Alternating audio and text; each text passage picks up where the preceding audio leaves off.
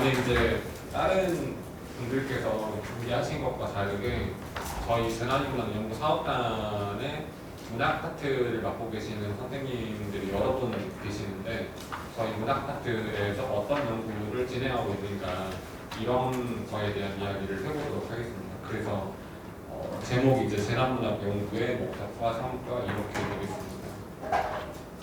이제 연구의 취지를 먼저 간단하게 말씀드리면 재난이라고 하는 게 이제 다들 공감하실 것 같아요. 우리 사회에서 재난이라고 하는 게 얼마나 자주 나타나고 있는가.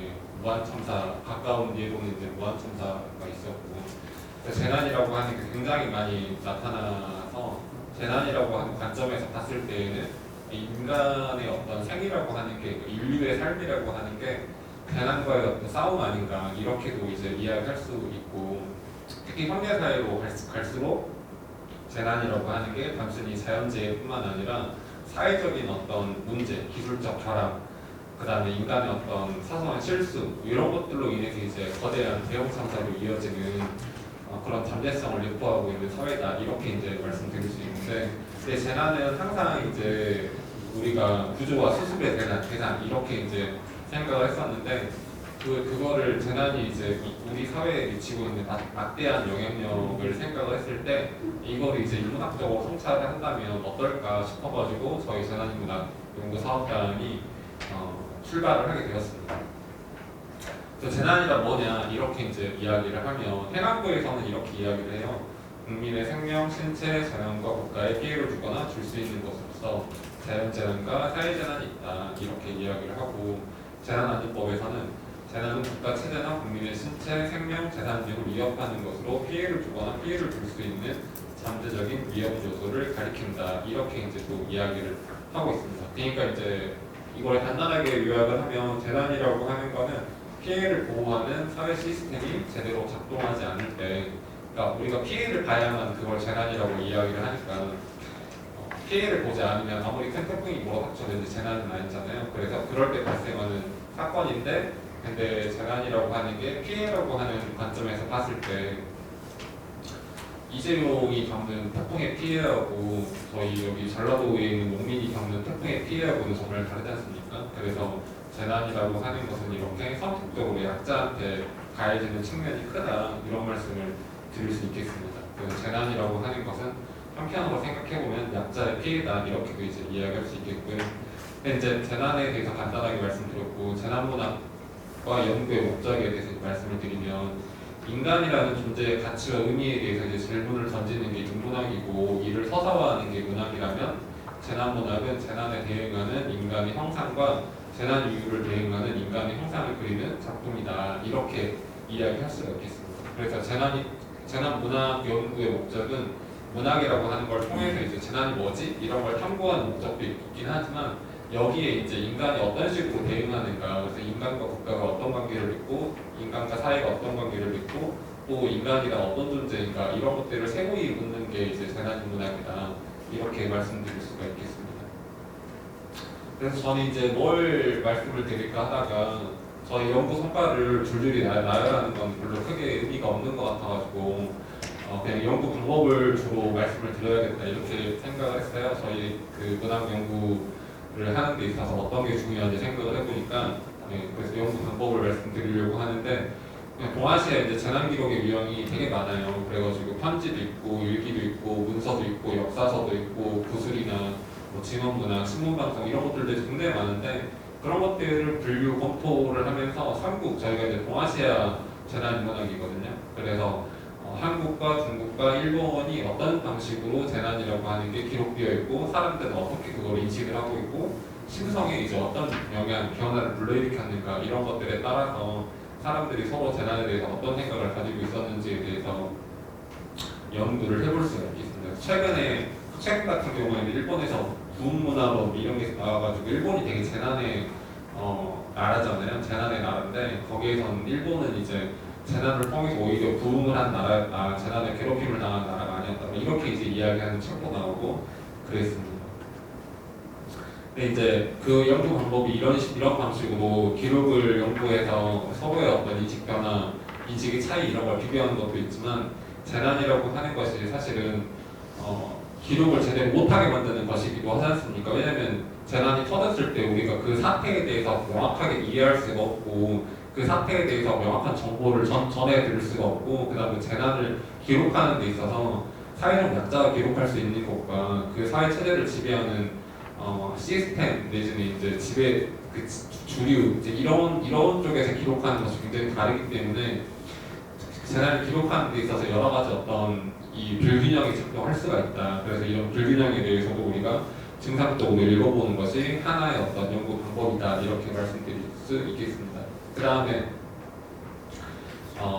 재난이라고 하는 거에 대해서 근대 이전하고 근대 이후하고 대응하는 방식이 굉장히 달랐는데 근대 이전 같은 경우에는 설화의 방식으로 굉장히 이야기가 많이 되어 있기도 하고요. 그 다음에 특히 종교하고 의례 차원에서 이제 재난을 대하는 경우가 굉장히 많은데 예전에는 이제 국가 의례 이런 것들을 통해 가지고 재난에 대응하는 모습을 비춰주는 그런 경우가 굉장히 많았어요. 그래서 임금이 제사를 지낸다거나 이런 게 이제 있었기 때문에 아니면 이제 그 민중들이 어떤 의례를 지낸다거나 마마신 이렇게 이제 생각을 했었고 마마신한테 굿을 드려야 된다고 생각을 했잖아요.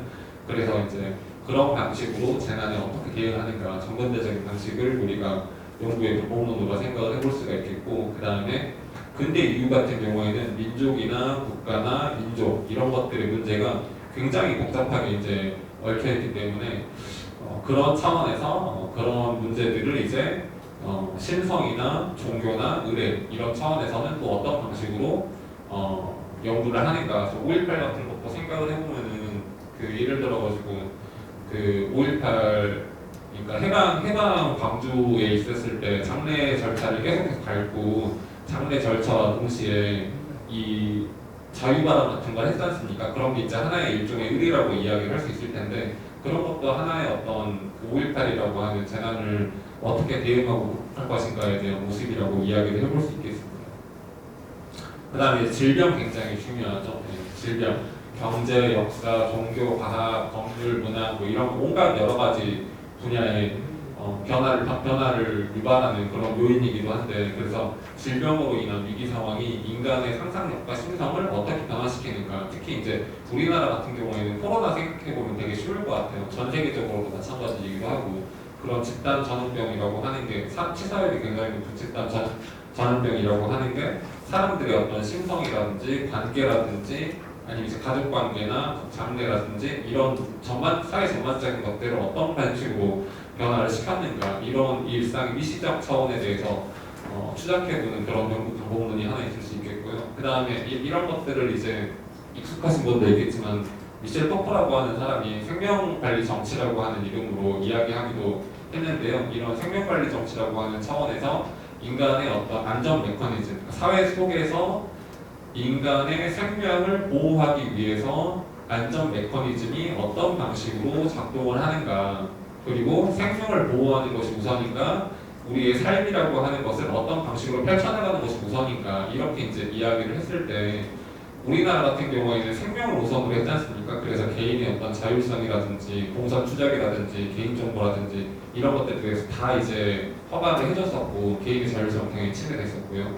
그래서 이런 차원에서도 안전관리 테크놀로지라고 하는 게 어떤 방식으로 작동을 하고 있는가 이런 거는 그런 차원뿐만 아니라 이제 인류세 문제하고도 연관이 됩니다. 인류세나 기후위기나 이런 거하고 관련해가지고 그 식물이 가지고 있는 생명적 측면, 그러니까 생명공학적 측면, 유전자 편집이라고 하는 측면, 그 다음에 식물에 대한 어떤 유전자 편집, 동물에 대한 유전자 편집, 인간에 대한 유전자 편집 이런 것까지 관련해가지고 어떤 방식으로 우리가 사회의 변화를 만들어내고 그것이 자연 환경에 어떤 큰 영향을 미치게 되는가 이런 이야기도 해볼 수가 있겠습니다.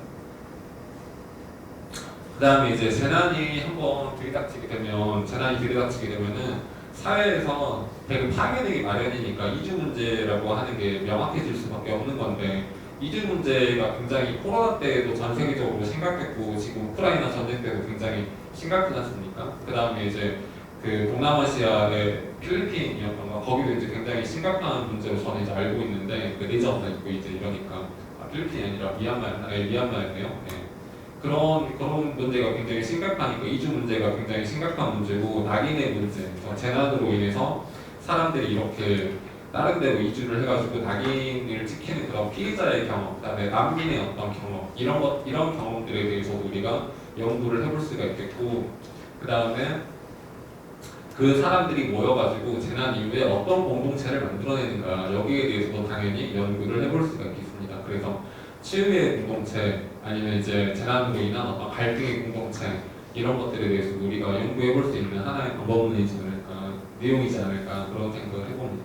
그 다음에 이제 재난 이후에 트라우마나 증언 이게 굉장히 심성적으로는 아주 중요한 지표 중에 하나잖아요. 재난이라고 하는 걸 겪었을 때 우리가 트라우마라고 하는 차원에서 어떤 일들을 겪는가, 그래서 트라우마라고 하는 것을 재현을 할 때 이 재현은 어떻게 재현해야 마땅한가, 그 다음에 트라우마를 겪고 있는 사람한테 치유는 어떻게 가능한 것인가, 트라우마를 겪고 있는 사람의 고통은 무엇이라고 이제 이야기할 수가 있는가, 이런 문제에 대해서도 우리가 이런저런 이야기들을 할 수 있고, 그 다음에 증언의 문제에 대해서도 예를 들어서 이제 4.3 이후의 증언이라든지 위안부의 증언이라든지 아니면 5.18의 구절 증언이라든지 이런 것들, 이런 증언에 대해서도 연구를 우리가 어떻게 해볼 수 있을까, 이런 것들에 대해서도 생각을 해볼 수 있는 그런 차원이라고 말씀드릴 수 있겠습니다.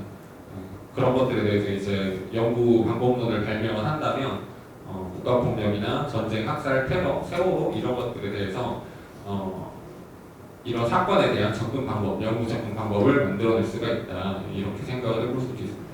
그래서 저희가 연구를 하는 건 이제 굉장히 다양한 차원에서 연구 관례가 이루어지고 있는데요. 재난과 정근대성, 근대성. 우리나라 한국문학 같은 경우에 보면은 재난이라고 하는 것이 근대성과 어떻게 연결되어 있는가 이런 것들을 살펴볼 수가 있어요.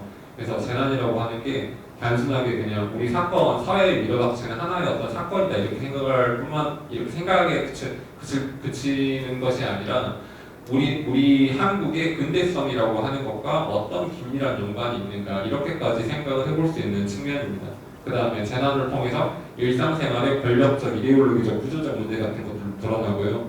예를 들어서 코로나 시기 같은 경우에 저희 생활 필수 인력 같은 존재들이 있었잖아요. 배달 기사라든지 아니면 이제 이 돌봄 노동을 하시는 분들이라든지 아니면 이제 여성이 그 집안에서 어떤 역할을 맡고 있는 그 남성에 대한 어떤 가정일이라던가 뭐 이런 것들, 그러니까 이런 것들이 전부 다 그런 것들이 품고 있는 갈등이 전부 다 수면 위로 드러날 수 있었던 그런 계기가 됐었다고 생각을 합니다. 그래서 실제로 사회 필수 인력이 가지고 있는 문제에 대해서도 굉장히 문제가 많았었죠.